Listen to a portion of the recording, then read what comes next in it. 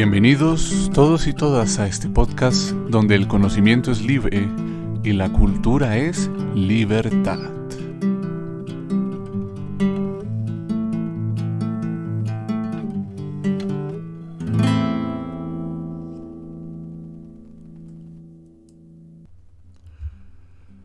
Hoy abordaremos un tema importante y bastante polifacético, si se quiere, dentro de la pedagogía y las ciencias de la educación en general. Me estoy refiriendo a los estilos de aprendizaje. A lo largo del desarrollo de esta charla, abordamos en qué consisten tales estilos de aprendizaje, cuáles son sus fundamentos, así como sus tres principales corrientes, las cuales a saber son el modelo Bark de Fleming, el modelo Kolb y por último, el modelo de Honey y Mumford. Luego de abordar sucintamente sus características, nos centraremos en analizar cómo inciden en el ejercicio de la enseñanza, en el rol docente y en el efectivo aprendizaje de los estudiantes. En este segundo momento realizaremos abiertamente un debate en torno a la validez desde una perspectiva de la psicología científica que tienen dichas teorías de los estilos de aprendizaje. Por último, trataremos de aventurarnos a proponer una alternativa esgrimida desde la psicología conductual, o como algunos más entusiastas la llaman, ciencia conductual, para dejar sentada nuestra posición al respecto, la cual gravitará en torno a dos cuestiones fundamentales. Primero, el malentendido que se tiene sobre el conductismo dentro de la pedagogía, sus malas interpretaciones y la tendencia hacia una satanización que parece estar enquistada en su mera enunciación. En segundo lugar, plantearemos de manera lo más clara pero acotada posible los fundamentos reales de la psicología conductual y cómo ésta, cuando es comprendida realmente como un enfoque científico e integral, puede ayudarnos de manera clara y relativamente previsible a ajustar nuestra manera de enseñar para posibilitar y desarrollar el mejor aprendizaje posible en el estudiante.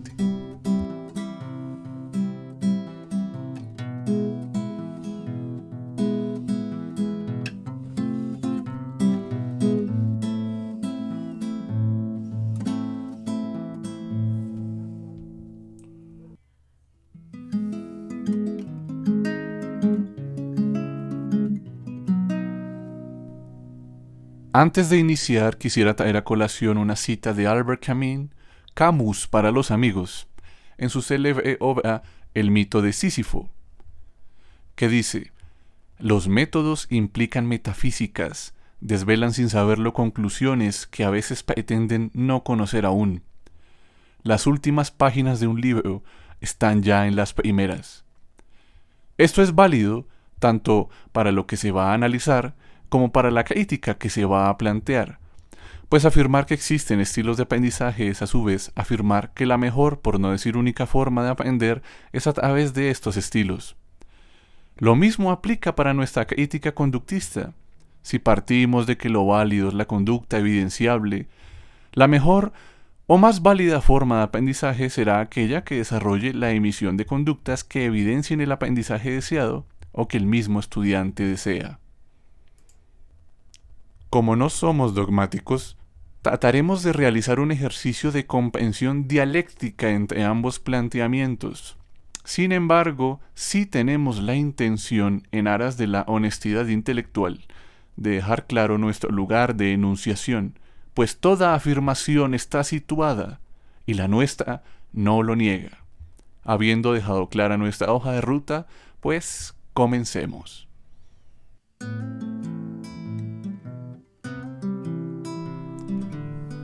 Abordemos ahora los tres modelos enunciados al principio. Iniciaremos con el modelo Bark de Neil Fleming. Este modelo, uno de los más populares, plantea la existencia de 4 estilos fundamentales de aprendizaje, los cuales son visual, auditivo, lectoescritor y kinestésico, de cuyas iniciales en inglés surge el nombre. Así, un estudiante que aprende de manera visual tiene una preferencia por maneras gráficas y simbólicas de representar la información, En consecuencia, los recursos que podemos emplear con estos estudiantes serían libros ilustrados, símbolos llamativos, imágenes que se refieran explícitamente al tema, etc. En mi caso particular, esto es algo que he empleado mucho en mis clases de ciencias sociales, pues siempre he optado por que mis estudiantes observen a qué me estoy refiriendo en vez de centrarme solo en el concepto escrito. Es así como suelo mostrarles, por ejemplo, en las clases de geografía, cuando estamos abordando los tipos de poblamiento y asentamientos humanos, una imagen aérea de los vestigios de una ciudad romana en la cual se noten claramente las calles y carreras, entre comillas, organizadas en forma de cuadrilla, así como la calle y carrera principales, llamadas respectivamente Cardo Máximo y Decúmano Máximo, las cuales, en vez de meramente enunciarlas en el tablero, las señalo claramente en la medida que están orientadas hacia los puntos cardinales. Así, si la imagen fue tomada al amanecer o atardecer, podemos identificar el decúmano máximo según la posición del sol respecto al oriente y el occidente, observando para ello las sombras que proyectan las ruinas.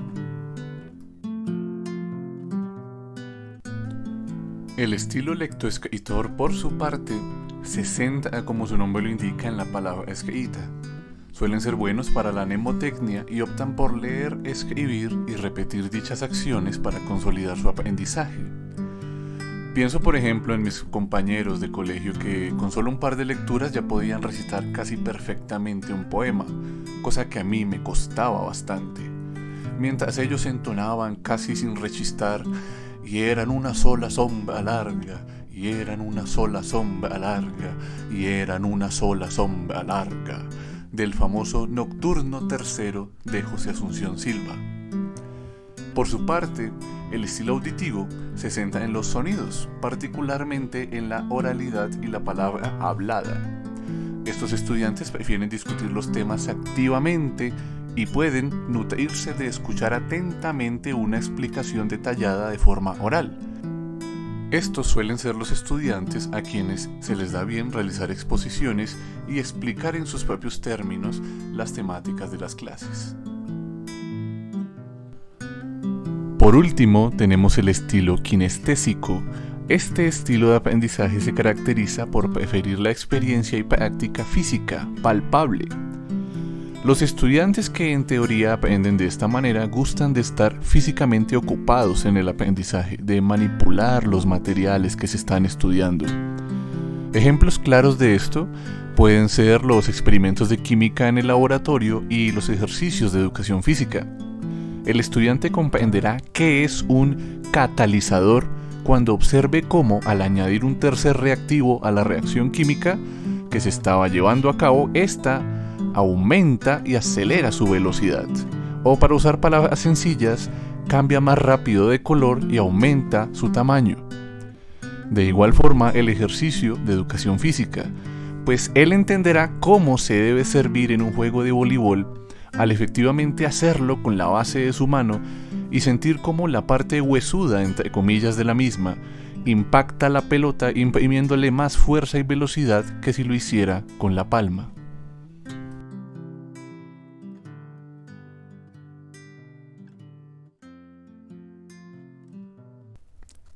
Ahora bien, centrémonos en las otras dos propuestas referentes a los estilos de aprendizaje.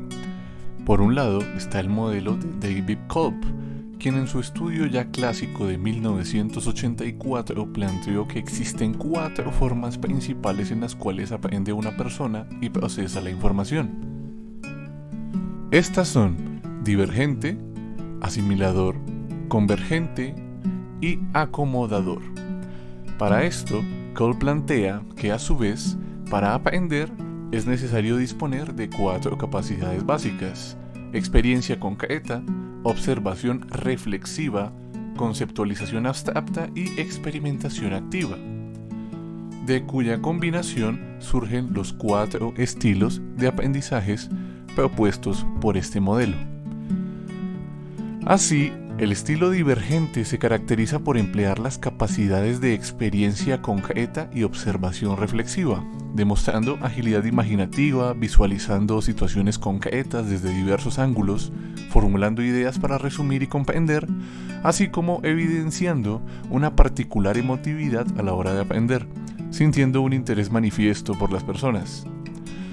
El estilo asimilador, por su parte, emplea las capacidades de conceptualización activa y observación reflexiva, los cuales los vuelve hábiles para crear modelos teóricos y ejercer un razonamiento inductivo, es decir, de lo particular a lo general. Esto hace que tengan un interés menor en las personas como tal y más en los conceptos e ideas abstractas.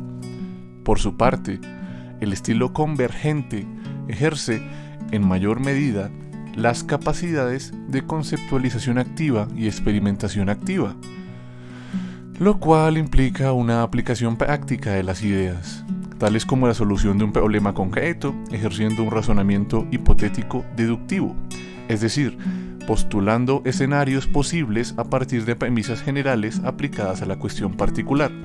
De los 4 estilos, este es uno de los que menos emoción involucra a la hora de aprender, prefiriendo la racionalización de las cosas a la interacción con las personas. Por último, está el estilo acomodador. Este se caracteriza por emplear sobre todo las capacidades de experiencia concreta y experiencia activa. En consecuencia, su estilo de aprendizaje puede incluir la realización de planes, la interacción con nuevas experiencias y, en general, a desenvolverse de una manera más arriesgada e intuitiva. Esto hace que tienda a relacionarse mucho más con las personas y a sentirse más cómodo aprendiendo en compañía. Pasemos entonces a abordar el modelo de Honey-Mumford. Este modelo se basa en el anterior modelo de Kolb, planteando una evolución teórica del mismo. Así proponen también 4 estilos de aprendizaje: activo, teórico, pragmático y reflexivo. De esta forma, el modelo propone que el proceso de aprendizaje es continuo y se logra en 4 etapas, todas ellas necesarias, no excluyentes, las cuales son: experiencial. El aprendizaje empieza cuando un individuo tiene una experiencia acerca del objeto de aprendizaje. Segundo, revisión de la experiencia. El individuo realiza un análisis de la experiencia. Tercero, concluyendo desde la experiencia. Una vez analiza la experiencia, elabora conclusiones. Y por último, la planeación. Con las conclusiones, el individuo planea el siguiente paso y retoma una experiencia para repetir nuevamente el ciclo. Cabe aclarar antes de seguir adelante que ninguna persona es llana y exclusivamente uno de estos estilos de aprendizaje explicados, sino más bien una mezcla más o menos heterogénea de todos y cada uno de ellos. Por lo tanto, los mismos no deben ser entendidos como una fórmula a seguir ciegamente, todo lo contrario. Se trata de comprender las diferentes formas que puede adoptar la particular manera que tiene de relacionarse un estudiante con aquello que está aprendiendo, para poder ajustar dicha aproximación al mayor grado de eficacia posible.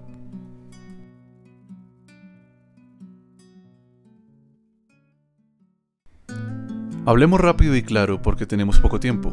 Realmente los estudiantes tienden a aprender mejor cuando el estilo de enseñanza del profesor concuerda con sus preferencias de aprendizaje, tal como afirmaba Felder. Respondamos.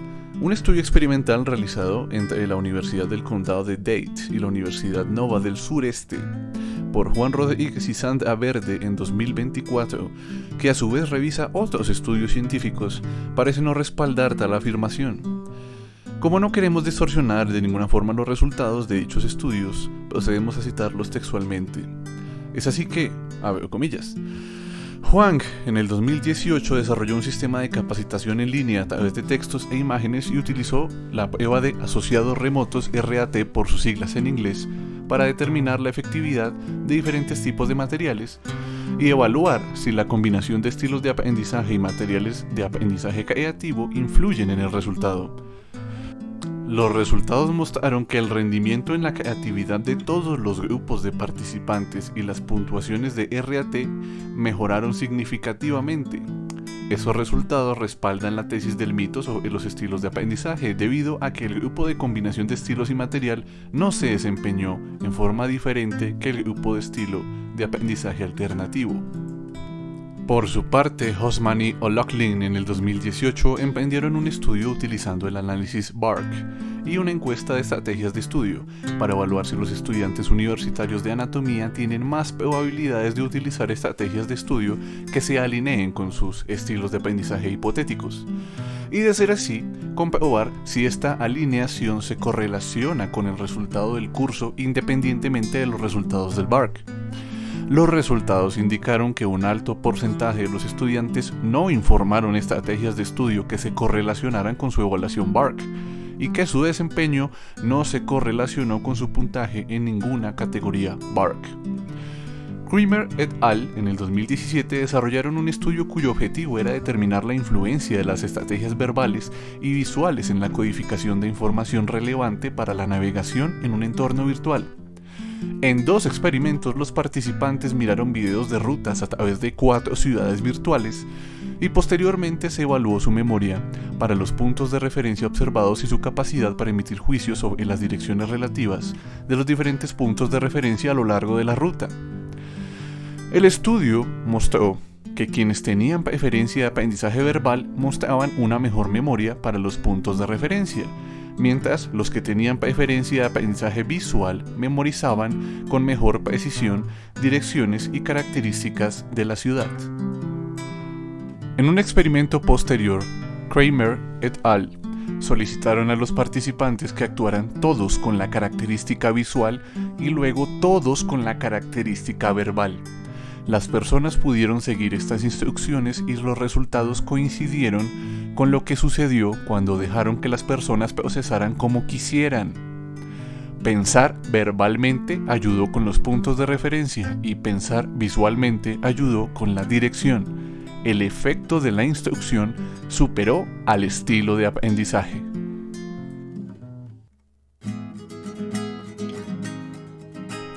Es común ver como muchos docentes que se parecían de guiarse por estos modelos, que hablan de garantizar un aprendizaje significativo y de ejercitar efectivamente estos estilos de aprendizaje, terminen aplicando en la praxis concreta ni siquiera un conductismo entre comillas, sino más bien el asociacionismo más burdo.